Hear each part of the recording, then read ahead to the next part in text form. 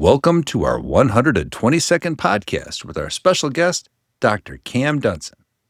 Today we're talking about belonging in the workplace. What's one thing you can do to ensure your organization has everyone feeling like they belong? Keep listening to find out. Welcome to Harmonious Workplaces, a podcast about corporate culture, organizational change management, and workplace behavior. Harmonious Workplaces was started by independent consultants to explore and challenge workplace issues and to build better ways of working. It's a blend of theory and practice, grounded in real-world experience, working with organizations of all sizes across a wide range of industries. If you own a business, lead a team, want fresh ideas about the workplace, or just enjoy listening to consultants talk candidly about how to make work more effective and more enjoyable, we invite you to sit back, relax, and dive in with us to Harmonious Workplaces. Hello, Harmonious Workplaces listeners. Welcome back to our podcast. I'm Rich Cruz, an organizational development consultant, joined as always by Ben, or are we? You are the Prince of Change, our CCMP, Ben Kleinman. Hey, Ben. Hey, Rich, everyone. Ben, I'm super excited because we have a dear friend of mine, a long-term friend of mine, Dr. Cam Dunson. Hey, Cam, how are you? Joining us from Florida, right? Yes, from steamy Orlando. Welcome. Yeah. Yes, thanks for having me.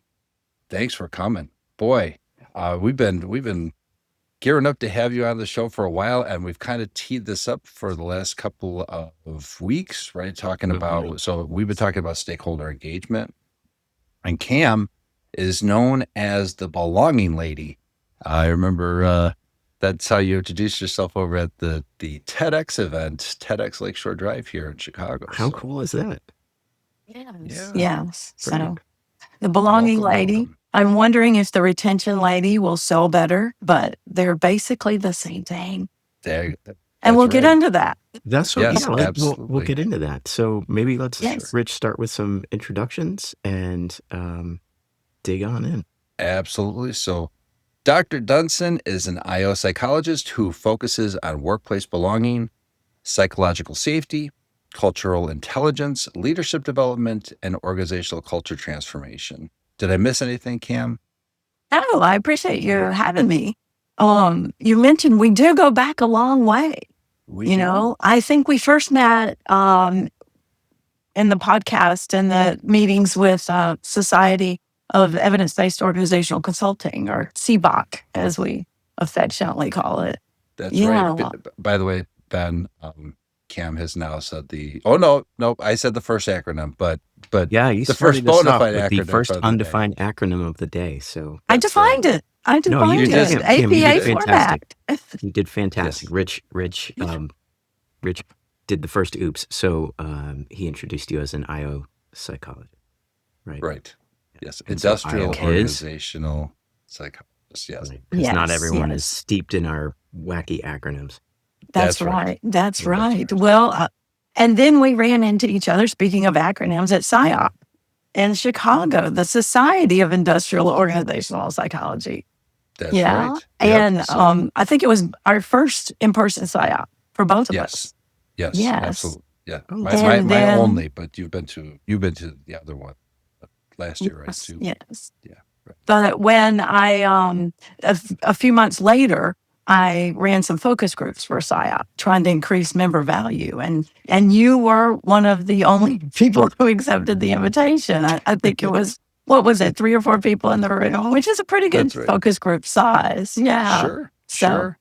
You had to really, I'm realizing as I run focus groups for different organizations that if you do show up for a focus group, you can have a really outsized influence. I mean, your voice is heard and amplified in a way, because it's hard to get people to show up for voluntary focus groups. That's right. So did Rich completely change the fabric of the organization going forward? Well, actually, several of his recommendations, Rich showed up with really Rich. He's going to research first, and he's going to show up with some really thoughtful recommendations. And frequently they will come with citations. But I think at the end of it, I recommended you that they tap you for a committee or something. I was like, you guys got to get this guy on board. Oh, that's so cool. But yeah, Cool. and then we were in the Landers Consulting Group together We were. Yep. with Alan Landers. Alan yeah. Landers over there. Yep. On the West Coast. Yeah. Yeah. And as Alan was closing the consultancy the first time, Right. he reopened it later. I think he's closing it again now, or retiring Something's again. happening. Yeah. Yes. I was trying to figure out what to do. I had just finished my dissertation.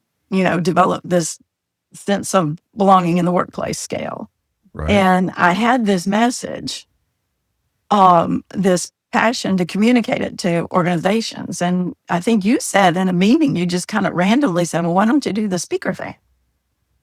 And I sat wondering what in the world that meant. Yep. It's about as random as somebody could say, right? Yeah. Yeah. But about 6 months later, I called you up and said, hey, you said this. What does that mean? Right on. And now yeah. I'm doing a speaker thing. That's I'm right. going around giving keynotes, workshops, sometimes doing some organizational diagnostics, but Awesome. mostly the speaker thing. Yeah. It's pretty fun stuff. And one of the biggest speaker things that you've done, from my standpoint, is so Cam was at TEDx Lakeshore Drive Yes. last year and just knocked him dead. And so you could go and find that video out there. We want to thank Amy Sagami here in Chicago for putting that event on. But Cam sat on or stood on the dot. I did. I almost didn't. I almost ugly cried and ran away when I got up to the stage and saw the dot. I became overcome with emotion. And I didn't realize it. My speaking coach told me later it was adrenaline just dumping itself into my system. But I didn't know that. Oh my God. So I got up there and all I could think of was, speaking of Chicago, Mike Myers from the Saturday Night Live in the, 90s, I think it was, when he would say, I've become verklempt. Right. So that's exactly what I did. So everyone under 30 was Googling what verklempt meant. But yeah, it was, I had to take a couple minutes. So if you ever get the chance to stand on the red dot, remember that you need to sort of prepare yourself physically for that. Take some deep breaths before, and don't go ugly cried. Just step up there and do your thing. That's right. Yeah. And I mean, Cam, though, talking about belonging, you belonged up there. It sounds like it. Wow, Yeah, I mean, from what appreciate we're just saying, it sounds like it didn't have any kind of adverse effect on your presentation, or you didn't lose the room or anything like that. When I listen to it, I hear my voice crack off and on for the first 2 minutes, and I'm kind of squeaky for the first couple minutes. But that's when I listen to it, and then you never know when you have something like that. You never know when the audience responds really well to you. It's like, okay, is this pity? Is this a pity standing ovation?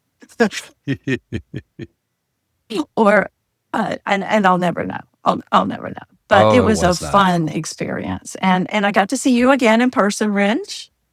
I got to meet your family. Yep. Yes, Cool. yes, it was Fantastic. fun. It was fun. And you came in during a winter storm, so you were delayed coming in, and there was all kind. Yeah, It was. I took the last seat on an American flight out of Florida. We had to drive to the coast to the chillest airport I've ever been in. People were catching airplanes like taxis. They were just stepping up to the gate and saying, "Hey, we're scheduled for the next one, but can I hop on this one?" And everybody was just like, 1960s. Sure. It was. Right. It was the happiest airport employees. If you know anybody that wants to work for airport security, tell them to go to the Melbourne airport, because those folks Melbourne, were. Florida. Yes. Nice. Yes. Wow, that sounds Yeah, cool. it was really cool. We might have to do a Harmonious Workplaces roadshow just to go experience that airport. Right. Find out Yes. why it's the most harmonious airport in all of Yes. North America. I love that Yes. idea. Spend a little time in Florida and seeing how organizational behavior in There you action. go. I've got a couple spare rooms in Orlando. Oh, Nice. We're about an hour from Disney. So full Okay. disclosure. But Right on. Okay. Cool. Well, hey, Cam, one of the things that Ben and I have been talking about a lot lately is stakeholder engagement. Part of this, in fact, I think it was 2 episodes ago, Ben, we kind of brought up the idea of how people, like kind of the neuroscience of that Yeah, engagement. we've kind of woven, Cam, we've kind of woven a lot of theory and neuroscience, cognitive behavioral theory into many of our podcast episodes over time. More recently, as Rich said, we've been talking specifically about stakeholder engagement and how neuroscience plays such a big factor in how people react to change, respond to change, understand change or don't. And that's something that I think, at least in my experience, has been more of the last 10 or 15 years layered onto the change literature, as opposed to 20 or so years ago. People, I don't think as much were talking about neuroscience and the behavioral change and things like that. So, Rich, I don't know if that was Yeah. the runway you were looking for there, but that's kind of where we are. And I know, Cam, you've done a bunch of research into that aspect of it, and specifically, I think, Rich, where you might have been going was that the need for belonging and the pain of not belonging is felt as much as a physical pain if you hurt yourself physically. Yeah, Maybe that's exactly. we could talk about that, because that's very strong. You know, when you do more than just stub your toe, you really feel it. I mean, that's an owie right there. That's right. yes, that's one of the reasons that inspired me to focus on belonging. Is I was reading this seminal study when I was a PhD student about Naomi Eisenberger and her team took folks, hooked them up to an MRI machine that measured what in their brain was, where the neurons were firing in their brain. And then they had them play a simple game of catch on the computer, kind of like an old Nintendo, if you remember the days of Pong. Yeah. And the subject thought that they were playing with 2 other people in 2 other rooms, and they were supposed to throw a ball back and forth, toss, catch, toss, catch. And after a few tosses, the other participants, who were actually just the computer program, there were no other participants, they left the subject out of the game. Now, who cares if people you've never seen, you never will see, leave you out of this rudimentary, game of essentially Pong? Right. And yet the firing in their brains was the same areas that physical pain took place. Wow. And when I was looking at this, I am reading the study, I remembered an experience that I had had when I had lost a role that I had on my job. And I was no longer part of this team of people. And I was at my last meeting. They were saying goodbye, and they were celebrating my replacement. And it was obvious that it was almost like being back in 7th grade. We're going to leave her out, Right. So a tremendous amount of exclusion. And I thought, I'm at the end of one of the meetings, I ran to the bathroom and locked myself in a stall and was just trying to figure out what was going on in my body, because I couldn't feel pain in a place, but I knew I was in pain. Right. And I thought maybe I was having a heart attack, because, there's all this publicity about when women have heart attacks, it feels weird. But no, it was just the pain of exclusion. Yeah. And I was like, Sure. that's what happened to me. Sure. And when once you felt that, and I think every human has felt that at some point, every human over 5 has felt that at some point. You want to make sure that no one ever feels that again. Right. For sure. Well, most. For sure. Yeah. Cam, let's do Rich is our resident sadist. So, Cam, is that partly what led you into researching belonging and all the PhD work that you did? Or was that sort of something that came through as you were, like, what drove you to go down the path of getting a PhD, and how did you decide that you wanted to do a PhD in belonging? I went down the path of the PhD in IO because it was the summer of 2020, and we were in northern England at the time, and that was locked down. So we all had a lot of time to think. I sat in my conservatory of my house so much that it frosted my hair. That was really cool. We couldn't leave the house. It was illegal to leave the house. And we were afraid of losing our visas if we did. So, we're in lockdown, lockdown. And had a lot of time to think. And then George Floyd happened. Mm-hmm. And I thought, okay, this is all hands on deck. We can't just wait for the old racist people to die. It's not working. That plan, it didn't work. All of us need to get on board with changing the world here. Mm. And so it was really that got me interested in IO. And I started my PhD from England, and about a third of the way through it, we moved back to the States.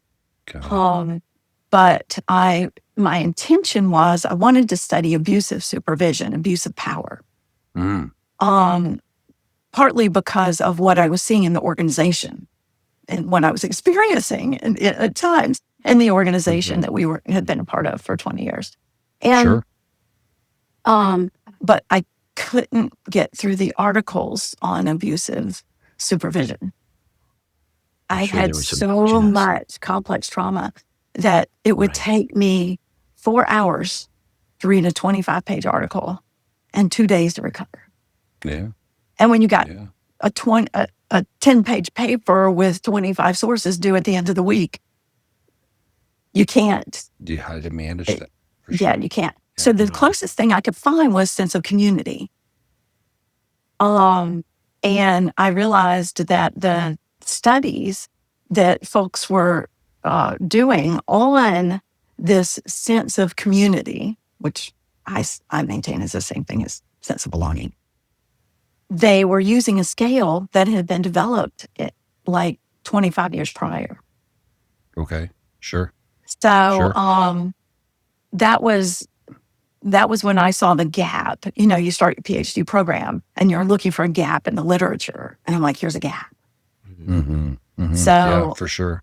So much has evolved in the way that we interact socially, since 25 years ago, right? Well, the fact that we described a long-term friendship, we've only seen each other in person twice. That's right. Yeah. And you mentioned COVID and lockdown, and we're conducting this whole conversation on tiny little boxes on the computer screen. I mean, very different. Yes, very different. That's right. For sure. Let's do this, folks. Let's take a quick break. When we come back, I'd love to talk more about that. You had developed a scale, right? That you mentioned. Let's dig into that. Let's dig into that. We'll be right back. Oh, hi. I'm Hermie, the HR Hermit Crab. So, if you've ever sat in a meeting thinking, are we all talking about the same thing? I have a book that might feel very familiar. In my third cartoon book, Trust Fall Pratfalls, you'll find a collection of short, funny workplace moments. The kind that make you laugh and then immediately think, yeah, we do that. We cover things like unclear priorities, communication that somehow creates more confusion, leaders who mean well but miss the mark, and employees trying to make sense of it all. It's basically a highlight reel of how the heck did this happen? But each story also contains evidence based, valuable information such as simple ways to communicate better, practical ways to support your team, and small changes that make work a little more, well, workable. You can finish each story in just a couple of minutes and actually use the lessons the next day. Plus, it's a cartoon book, so you can leave it on your desk and be the envy of all your cubicle mates. Check out Herbie the HR Hermit Crab Trust Fall Pratfalls, available now on Amazon. Visit www.hermiehrhermitcrab.com or www.harmoniousworkplaces.com/Herbie. Oh, and if you see your workplace in here, maybe don't read it out loud in the next staff meeting. Make change your friend. Bye. And we're back. So we have Dr. Cam. Cam, you were talking about this scale that you developed, and we in fact our last episode was on measuring stakeholder engagement, right? Some of the tools for that. Can you walk us through the scale that you've developed in your PhD studies and how you came to this and what's the difference between that versus this instrument that was done 25 years prior? Well, basically, I'm kind of old school. I did my master's 3 decades ago. And so I'm pretty old school in terms of how you're going to do a dissertation. More old school than my program. So I was determined to do a comprehensive lit review as much as I could. And I also love the fact that organizational psychology really has a lot of overlap with a lot of different other fields. All of psychology and all of management and all of HR and all the things. And so I did a really extensive lit review and found basically that belonging depended on five different components. Being accepted and liked in a setting, being known and understood, having a sense of purpose and status, having a sense of being respected and having a voice in decisions and things like that, and a sense of safety and trust in the setting. And so with all of this that came from this extensive lit review, which basically I put every finding I could find in an Excel file and coded them, just like you would a focus group response or a qualitative survey response. And when I sorted them out and coded them, those were the things I found that went into belonging. I'm going to channel my inner Mel Robbins for a second here. Can you run through those 5 things again? Yes.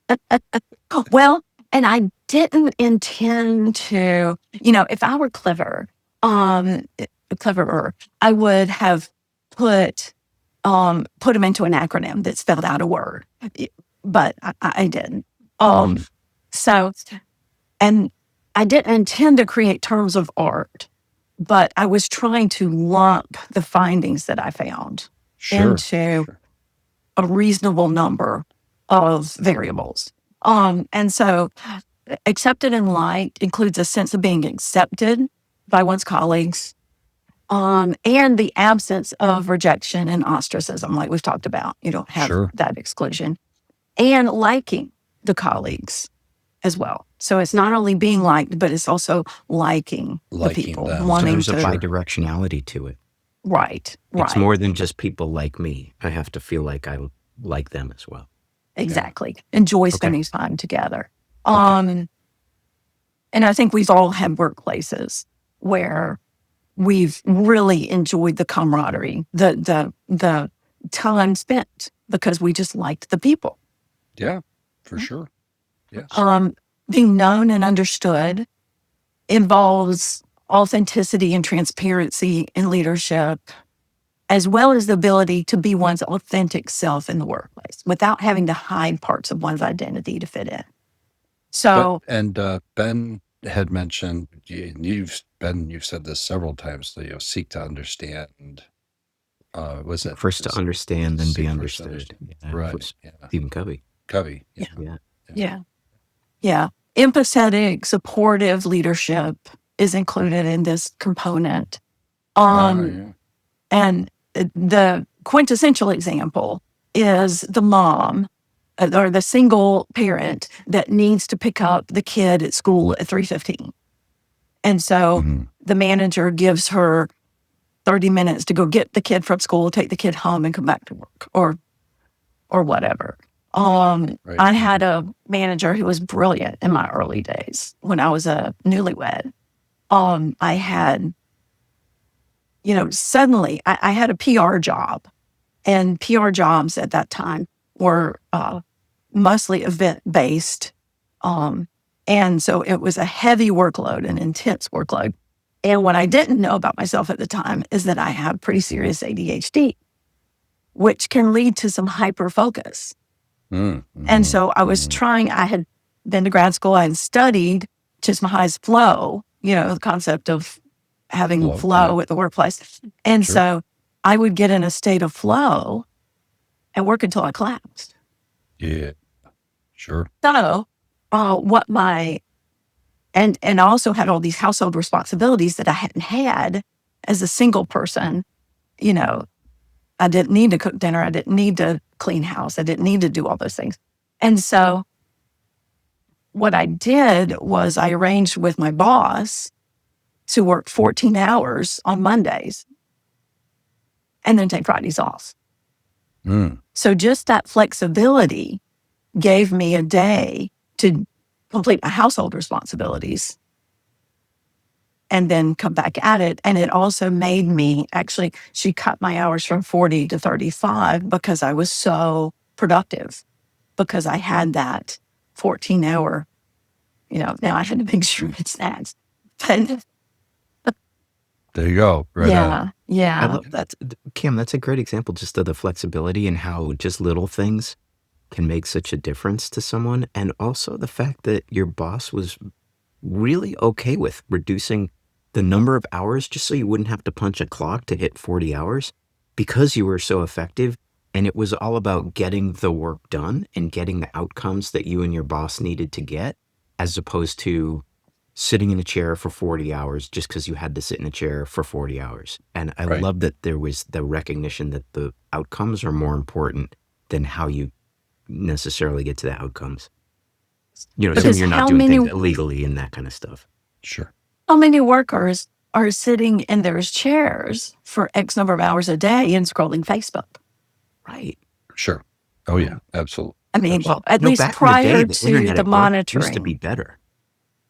And so you would do your Facebook scrolling or whatever else one did on the internet when the internet was new at work because they had the best connections. That's not saying right. I ever did that, but I could see other colleagues. There you go. So if we can go back to the scale here real quick. So we've got acceptance, being accepted and liked, known and understood. The third one was purpose and status. And this is having a pride in being associated with the organization, identifying with the organization. When for the company that I was with for 21 years, it was our company. We did things this way. I had an extreme identification with the organization. And does the person feel like they're in the know? Do they feel like they have an insider status? So they feel an ownership of the company, but does the company also have a pride in them? And also alignment with the goals of the organization or the team.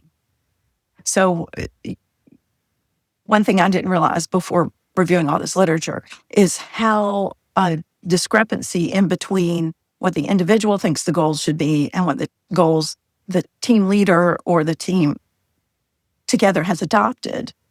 Those are a discrepancy in that, a conflict there, really leads to a real lack of belonging.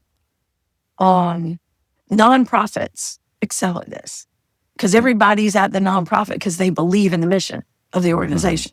Right. You know, you don't go to work there if you're not.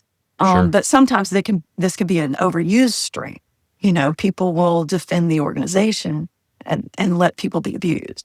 We're seeing a lot of that in the church world, dealing with a lot of that now. Got it. Or the flip side could be that the organization abuses its people or takes advantage of the people, saying we're a nonprofit, we can't pay market wages, or we can't give you flexibility in your scheduling, for example, or we can't do X, Y, and Z because we're a nonprofit. And I find that sometimes is a little bit of a slippery slope into laziness.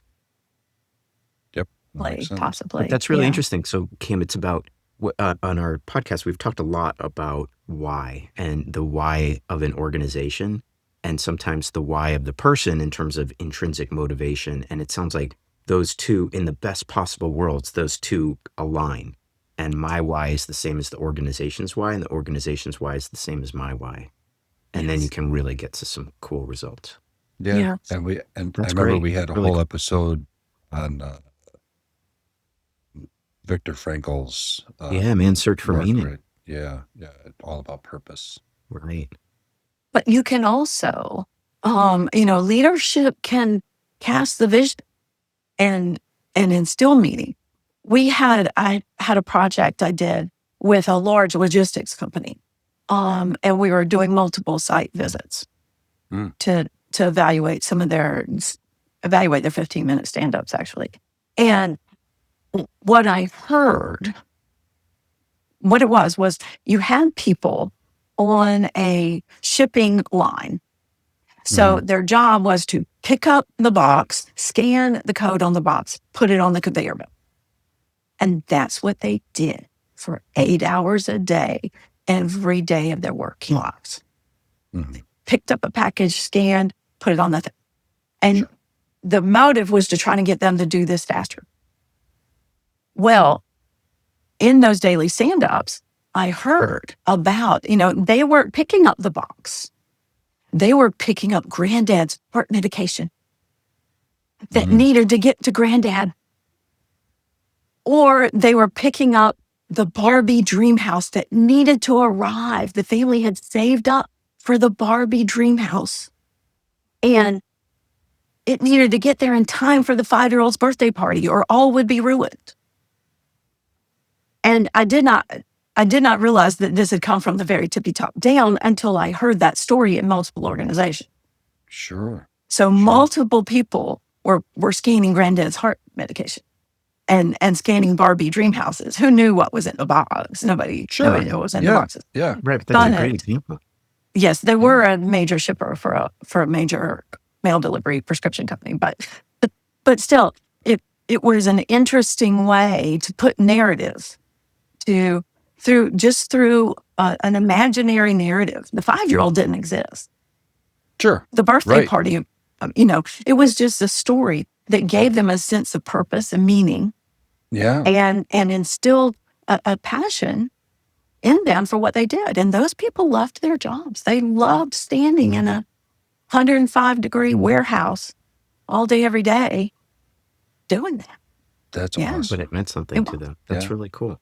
It was. Yeah. Yeah. So that's purpose, status. Before we get back into the last two elements, can we take a quick break? Awesome. Cool. We'll be right back.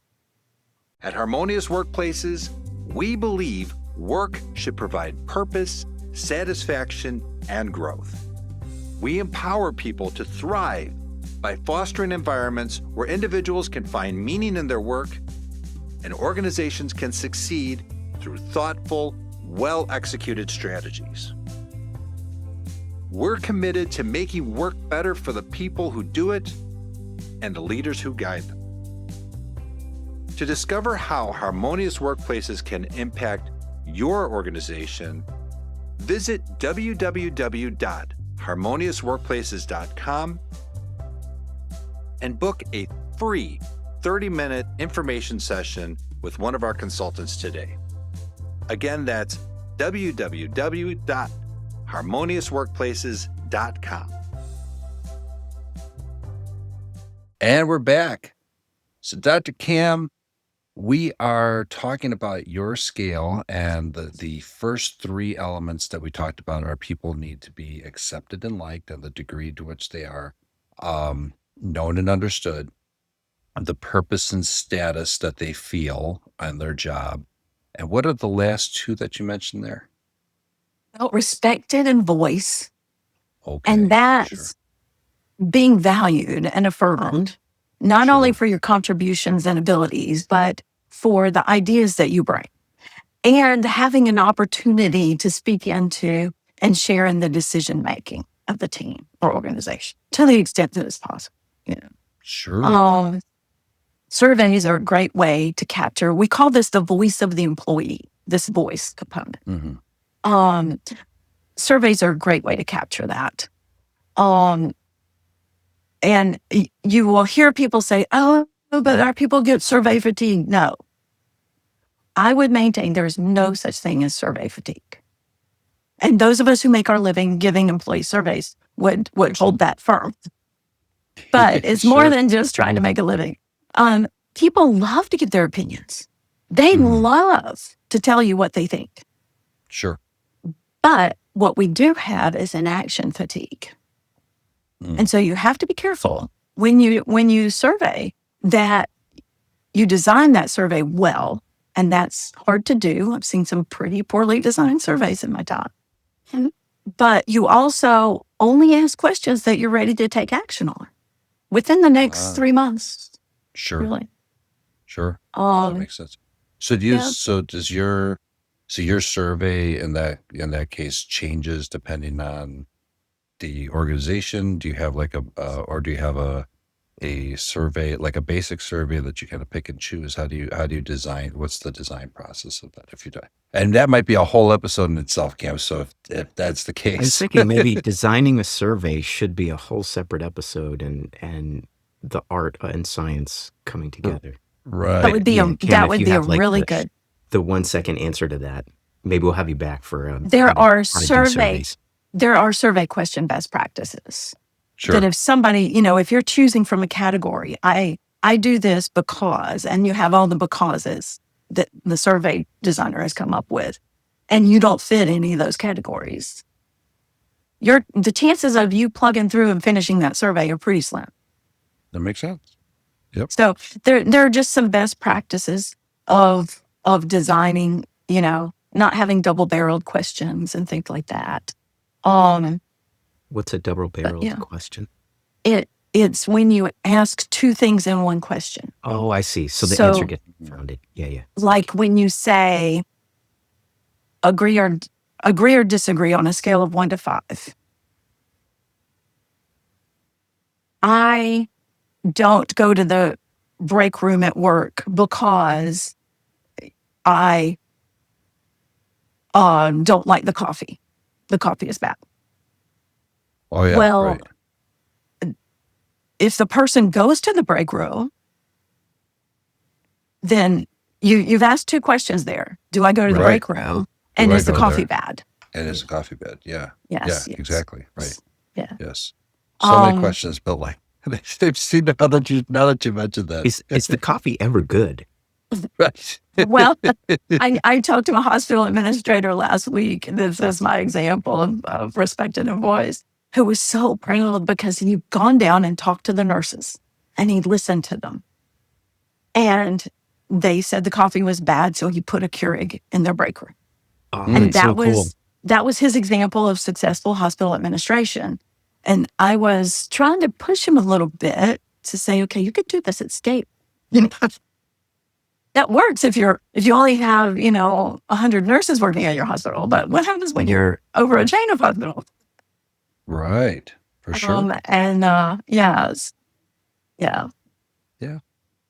And so now so people need to feel respected and Ben, I think that kind of ties a little bit, and we've talked about that before too, but it ties a little bit into like the soil part of like that feedback element of our knowledge performance tree in some I think so. Yeah. cases, I right? was Yeah. thinking too, Rich, that the combination of feeling respected and having a voice also spoke to a lot of the stuff we've talked about, Cam, on in terms of change management, is this idea of people co-creating the change Right. and people being able to contribute, and even just voicing their ideas can sometimes be enough, even if that idea doesn't get implemented or doesn't get implemented right away.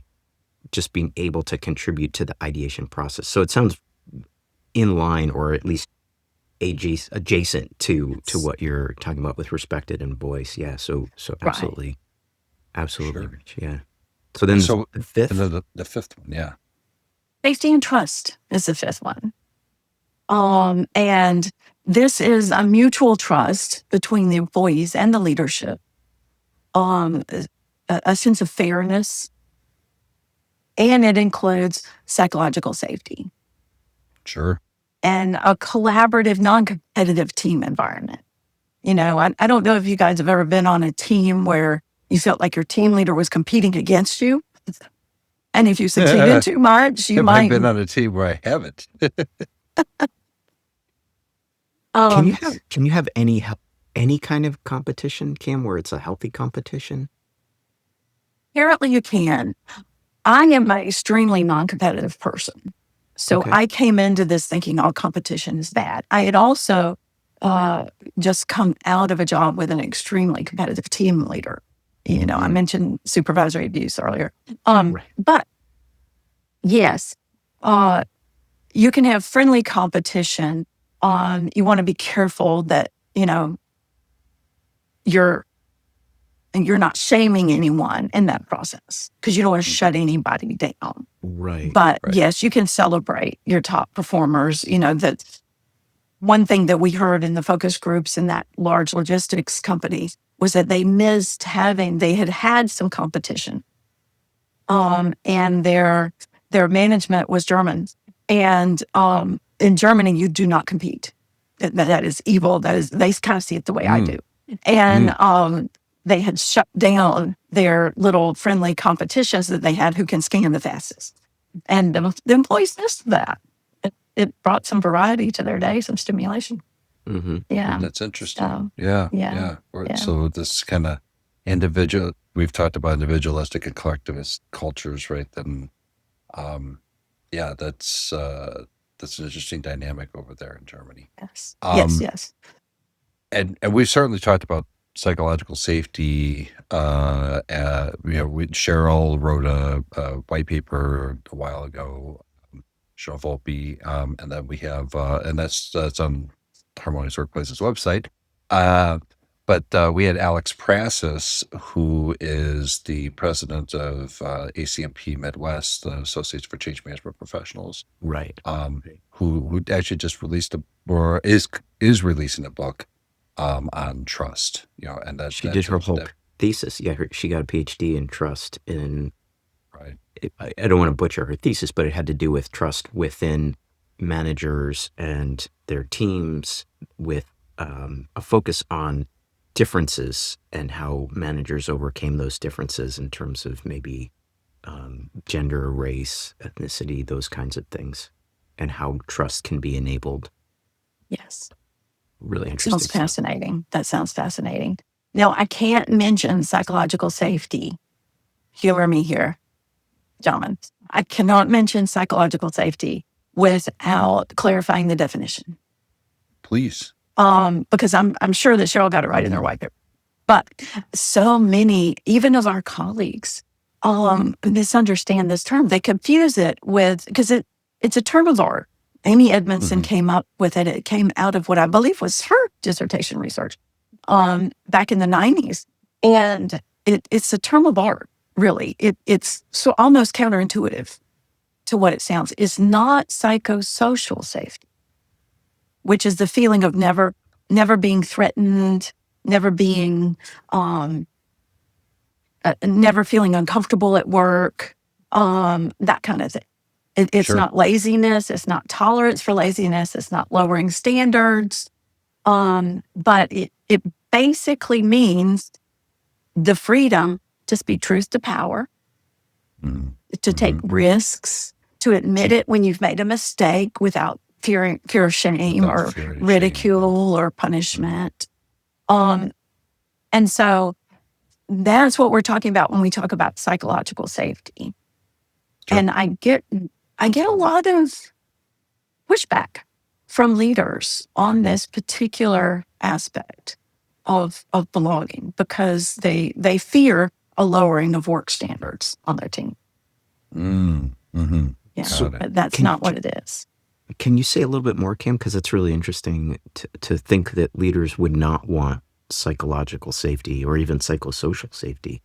Say more about what the concern there is, or what you were I think the hearing. concern is that, people would feel free to slack off at work or to not show up, or to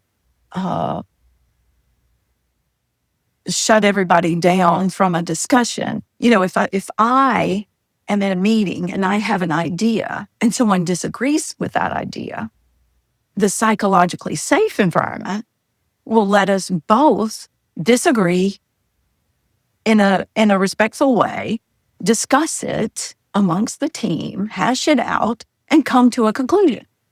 Sure. The psychosocial safety way, a lot of people would say, is that, if someone disagrees with me in a meeting, I feel humiliated and I can't, function. It shuts me down. And so I have to, you have to always agree with everything I say. You have to implement every idea I have. Mhm. So I think there's a fear there. There's a fear based on that misunderstanding. Sure. And I think Amy Edmonds, one of her recent books was Right Kind of Wrong. Oh. And so it's not just the freedom to be wrong all the time, Sure. but it's the freedom to take risks, not to disobey the rules that we've been given, but to find, if you have an idea for an innovation, to experiment. Sure. And if it doesn't work, That makes total sense. I mean, yeah, there's this, in agile, there's this iterative process where, you design based on, on analysis, and then you are prototyping and, failing fast, right? So that you can get to a point where you have a minimally viable product that you can actually deliver as value. But if you have people who are just like, oh, I think I'm afraid that my idea is dumb, or my idea is not going to work, or whatever, they're how can you have that iteration occur, right? Yeah, it shuts down innovation. absolutely, for sure. Yeah. Well, Cam, we are just about here at time, so that let's just walk through this again. So you have your scale, And the name of the scale? It's a belonging in the workplace scale. Sense of belonging belonging. in the SBWS. SBWS. And this is a validated scale, so people can go find it and know that it's been validated and all of that. Yes. That's amazing. And the 5 components are accepted and liked, known and understood, purpose and status, respected and voice, and safety and trust. Awesome. Love this. It's so Cam, cool. how can people learn more about you? How can they contact you for speaking, for getting this scale into them? I mean, it's such a great measurement for engagement. Yeah. Yes. The easiest way is my website, camdunson.com. But I'm basically Cam Dunson everywhere. And if you want to email me directly, I'm cam@camdunson.com. Right on. Can't get any easier than that. Yes. Perfect. Awesome. And I know we may also see you on various other podcasts, and certainly check out TEDx Lakeshore Drive and Cam's video up there. Right. enjoyed talking with you both today.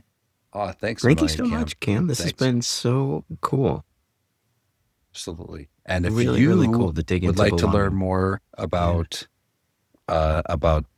belonging in the workplace, go to Cam's website, camdunson.com. If you find value in this episode, please like, share, and all the things on all the platforms. You'll find At us on least YouTube like and share everything. for Cam's sake. That's right. That's right. Even if Rich and I crashed and burned. Wouldn't At want to least give me hopefully- wouldn't want to give me any social pain, but No, we've just said why that is not a good thing. That's right. Perfect. Well, Cam, the way we like to close out every episode is to grab our boy, I'm already stumbling on my words. It's okay, Rich. Grab We a still love beverage, you. your favorite beverage, and just a quick toast. Thanks a million for joining us today, and make change your friend. Thanks for listening to Harmonious Workplaces. You can find all episodes, resources, and ways to connect with us at www.harmoniousworkplaces.com. If you enjoyed the show, we'd love your feedback. Please rate, review, share, and subscribe on whatever platform you're listening on.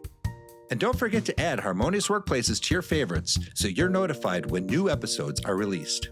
Again, visit us at www.harmoniousworkplaces.com.